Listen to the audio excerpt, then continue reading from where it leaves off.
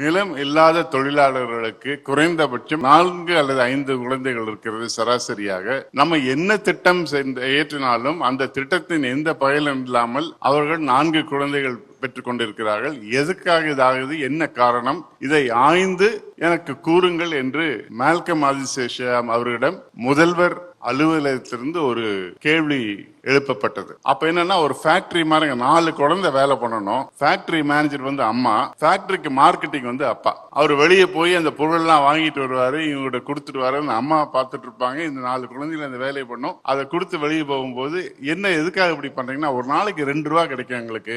அந்த 2 ரூபா கிடைச்சதுன்னா எங்க குழந்தைகளுக்கு நாங்க சாப்பாடு போட முடியும். எங்களுக்கு சாப்பாடு இல்லைன்னா பரவாயில்ல, குழந்தைகளுக்கு சாப்பாடு இருந்தால் நாங்கள் குழந்தைகளை பெற்றுக்கொள்ள மாட்டோம் என்று ஒரு கருத்தை அவர்கள் கூறினார்கள். லிட்ரசி இல்லாம சாப்பாடு போட்டா மக்கள் தொகை குறையும் என்று ஒரு எக்ஸ்பெரிமெண்ட்ல வந்து ப்ரூவ் பண்ணது புரட்சி தலைவர் அவர்கள் தான் பண்ணாரு.